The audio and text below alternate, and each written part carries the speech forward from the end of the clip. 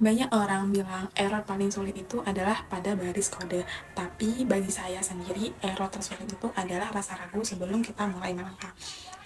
Hai semuanya, kenalin saya Farah Amelia Eka Putra Octavia, mahasiswa semester 2 di Universitas Madura. Saya melihat Google itu bukan hanya sekedar mesin pencari, tetapi melainkan sebuah ekosistem yang mampu memanusiakan solusi. Saya akan menjawab pertanyaan yang pertama, inovasi teknologi atau budaya perusahaan Google. Hal yang paling saya kagumi dari Google sendiri yaitu adalah inklusif dan aksesibilitasnya, di mana Google itu tidak hanya menciptakan teknologi yang canggih, tetapi Google itu memastikan teknologi itu dapat digunakan oleh siapa saja. Nah, secara personal, Gemini AI ini telah menjadi sparring partner saya, di mana saya menggunakan Gemini AI ini untuk mencari jawaban ketika saya stuck. Nah, dengan adanya game ini dapat mengubah pola belajar saya yang tadinya hanya cuma sekedar hafal menjadi paham atas konsepnya. Nah, sebagai GSA nantinya saya ingin menjadi jembatan antara teknologi dengan manusia agar mahasiswa tidak hanya tahu Google itu ada, tetapi paham cara mengoptimalkannya ekosistemnya sebagai akselerator potensi diri. GSA adalah wadah bimbingan yang tepat bagi saya untuk merealisasikan misi ini. Maka dari itu, saya ingin membantu mereka dan saya percaya bahwa Google Ambassador memberikan wadah bimbingan untuk saya bisa merefleksikan misi ini sekaligus mendukung kuliah mereka dan mendukung keberhasilan akademik di kampus.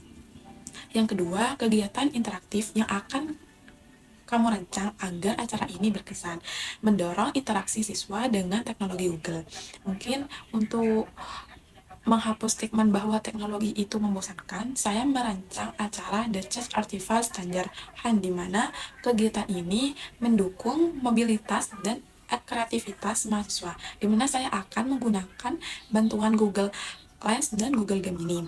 Yang pertama, peserta harus memecahkan teks visual di sekitar kampus menggunakan Google Lens. Nah, yang kedua, hasilnya itu nanti diunggah ke Gemini AI untuk dibuatkan prompt-prompt yang menarik dan deskripsi paling kreatif. Nah, setelah itu nanti hasilnya dipresentasikan dan dideskripsikan yang terbaik akan dibacakan melalui fitur voice.